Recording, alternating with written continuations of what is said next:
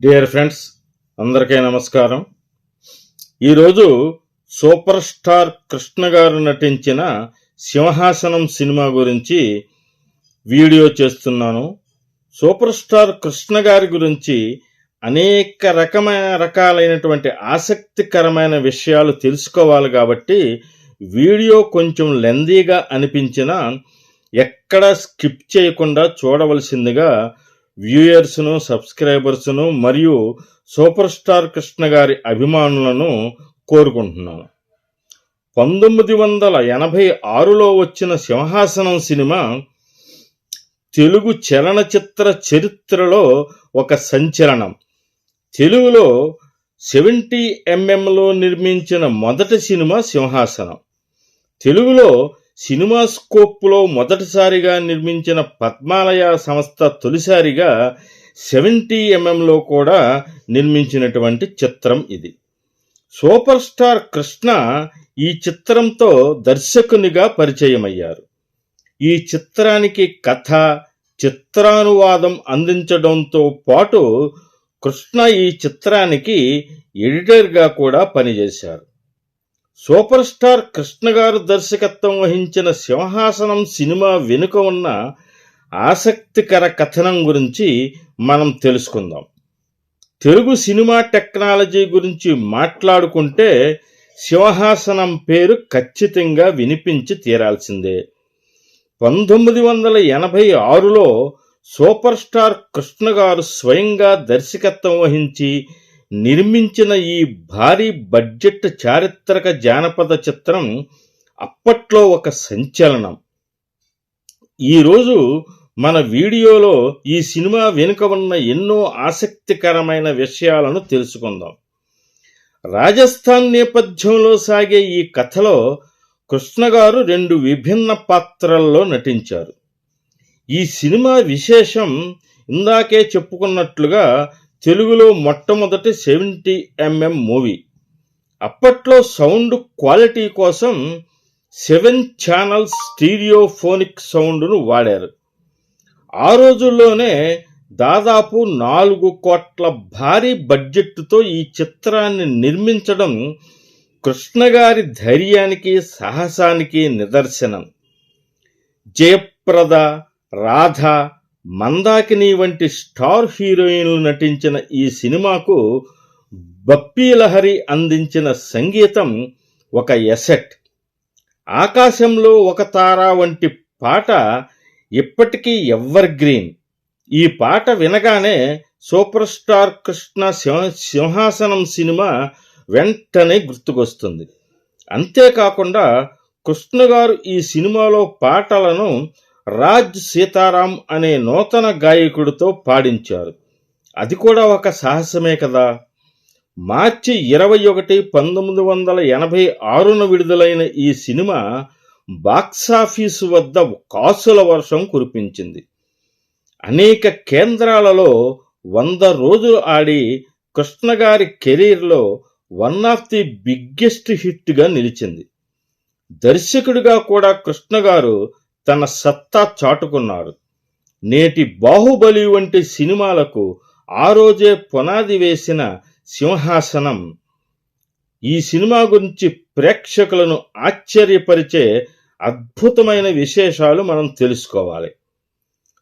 మొదటి విషయం, కృష్ణ గారు ఈ సినిమాను తెలుగులో సింహాసనంగా, హిందీలో సింహాసన్గా ఒకే సమయంలో నిర్మించారు. విశేషం ఏమిటంటే తెలుగులో హీరోగా కృష్ణ గారు నటిస్తే హిందీ వెర్షన్లో హీరోగా జితేంద్ర నటించారు. ఒకే సెట్టింగులో ఒకే షాట్ కృష్ణ గారితో, మరో షాట్ జితేంద్రతో తీసేవారు. ఇక టెక్నాలజీలో సాహసం రెండో విషయంగా చెప్పుకోవచ్చు. అప్పట్లో తెలుగు సినిమాలన్నీ 35mmలో వచ్చేవి. కానీ కృష్ణ గారు తన అభిమానులకు, ప్రేక్షకులకు హాలీవుడ్ తరహా అనుభూతిని ఇవ్వాలని మొట్టమొదటిసారిగా 70mm ఫార్మాట్ను వాడారు. దీనివల్ల స్క్రీన్ వెడల్పుగా, క్వాలిటీ అద్భుతంగా ఉండేది. అంతేకాదు, 7 ఛానల్ స్టీరియోఫోనిక్ సౌండ్ వాడడం వల్ల థియేటర్లో సౌండ్ ఎఫెక్ట్స్ ప్రేక్షకులను మంత్రముగ్ధులను చేశాయి. ఇంకో విశేషం ఏమిటంటే ఈ సినిమా షూటింగ్ రాజస్థాన్లోని జైపూర్, జోధ్పూర్ వంటి ప్రాంతాల్లో జరిగింది. కృష్ణ గారు అప్పట్లో అత్యంత వేగంగా గుర్రపు స్వారీ చేసే హీరో. ఈ సినిమాలో ఆయన చేసిన స్టంట్స్, గుర్రపు స్వారీ సీక్వెన్సులు చూసి రాజస్థాన్ ప్రజలు సైతం ఆశ్చర్యపోయేవారట. ఇక సంగీతానికి సంబంధించిన మరొక విశేషం ఏమిటంటే బాలీవుడ్ డిస్కో కింగ్ బప్పీ లహరిని తెలుగుకు పరిచయం చేసింది ఈ సినిమానే, కృష్ణ గారే. ఆయన ఇచ్చిన ట్యూన్స్ అప్పట్లో కుర్రకారును ఊపేశాయి. ఇక భారీ బడ్జెట్, భారీ లాభాలు. ఆ రోజుల్లోనే ఈ సినిమాకు దాదాపు 4 కోట్ల రూపాయలు ఖర్చు చేశారు. ఇది అప్పట్లో ఒక రికార్డు. అంత బడ్జెట్ పెట్టిన సినిమా విడుదలయ్యాక కేవలం మొదటి వారంలోనే పెట్టిన పెట్టుబడిలో సగానికి పైగా వసూలు చేసింది. టోటల్గా ఆ రోజుల్లోనే 8 కోట్లకు పైగా వసూలు చేసి ఇండస్ట్రీని షేక్ చేసింది. ఇక మరొక విషయం, రామ్ తేరీ గంగా మైలీ సినిమాతో ఇండియాను ఊపేసిన బాలీవుడ్ నటి మందాకిని ఈ సినిమాతోనే తెలుగులోకి ఎంట్రీ ఇచ్చారు. ఆమెను తెలుగు తెరపై చూడటం ప్రేక్షకులకు ఒక కొత్త అనుభూతిని ఇచ్చింది. ఇక దర్శకుడిగా కృష్ణ గారి తొలి అడుగు. ఈ భారీ జానపద చిత్రాన్ని దర్శకుడిగా హ్యాండిల్ చేయటం కృష్ణ గారికి ఒక సవాల్. కానీ ఆయన తన విజన్తో అద్భుతమైన విజువల్స్ చూపించి తాను కేవలం నటుడినే కాదు, గొప్ప దర్శకుడిని కూడా అని నిరూపించుకున్నారు.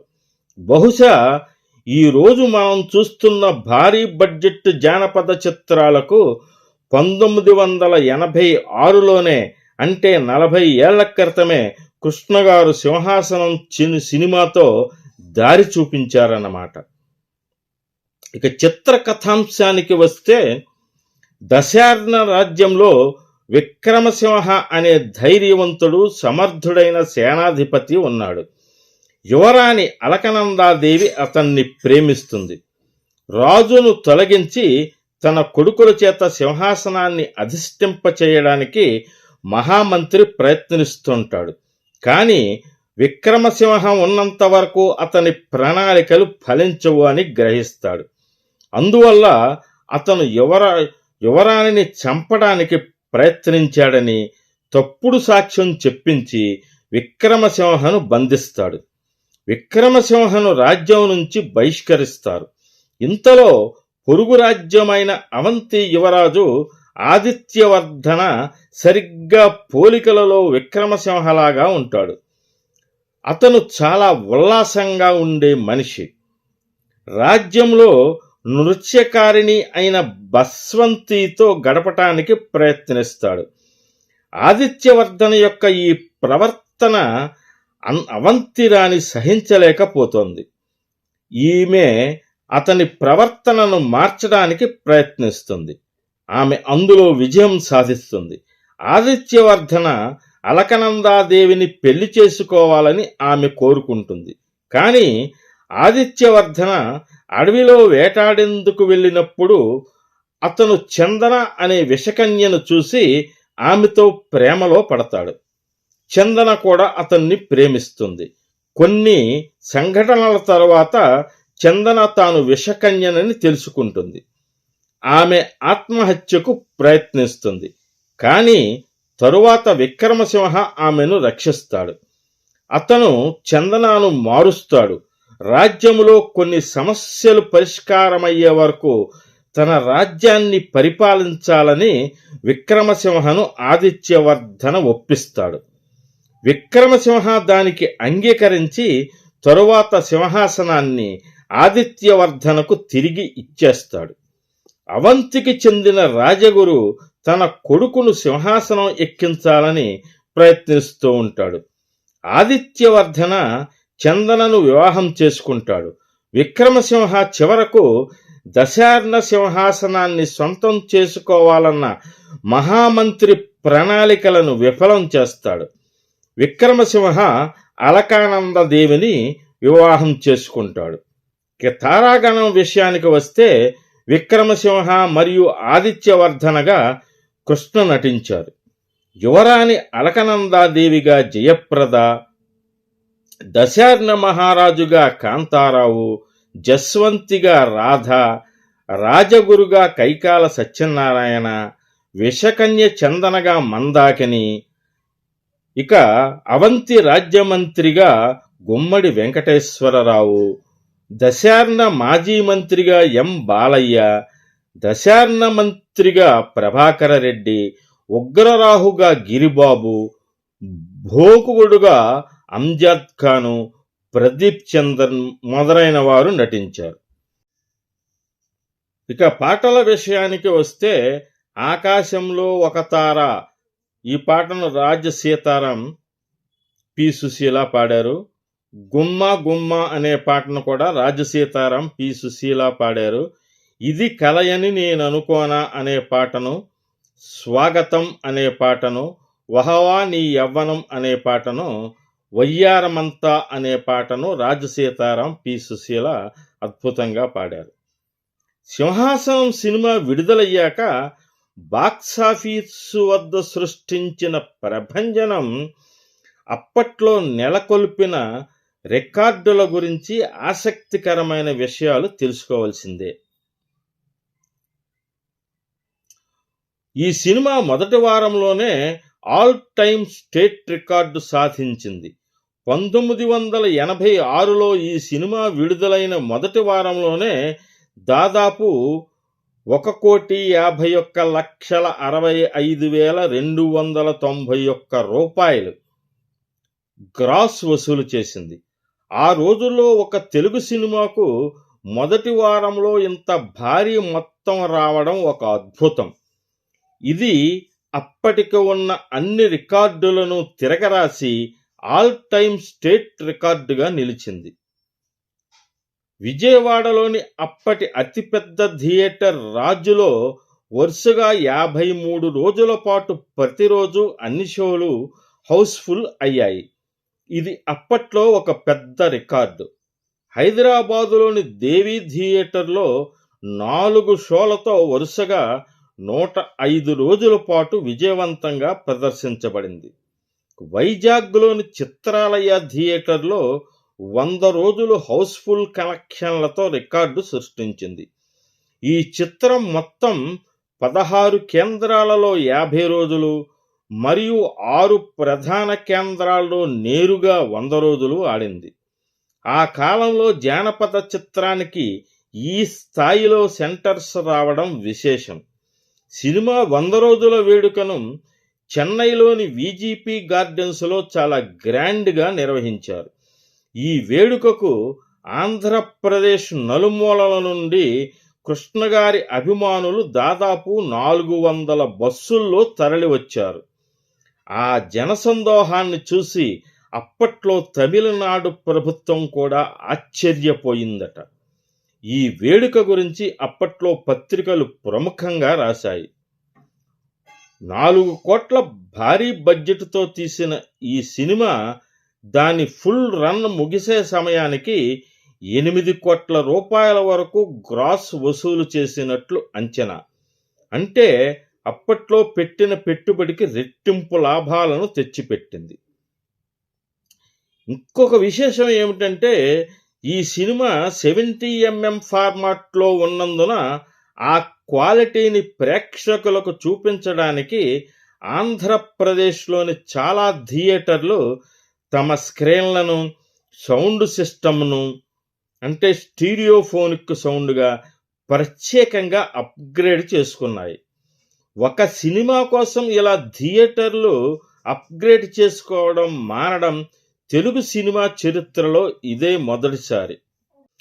నేను ఈ సినిమాను చాలాసార్లు చూసి ఈ వీడియో చేశాను. అయినప్పటికీ ఏవైనా పొరపాట్లు దొర్లితే అవి నేను కావాలని చేసినవి కాదని తెలియక దొర్లిన పొరపాట్లని గ్రహించి నన్ను హృదయపూర్వకంగా క్షమించి ఆ పొరపాట్లను కామెంట్ల రూపంలో తెలియజేయవలసిందిగా మిమ్మల్ని కోరుకుంటున్నాను. ఈ వీడియోను ఎక్కువ మంది లైక్ చేసి షేర్ చేసి నా ఛానల్ను సబ్స్క్రైబ్ చేసుకొని నన్ను మరిన్ని వీడియోలు చేసేలాగున నన్ను ప్రోత్సహించవలసిందిగా మిమ్మల్ని కోరుకుంటున్నాను. నమస్తే, సెలవు.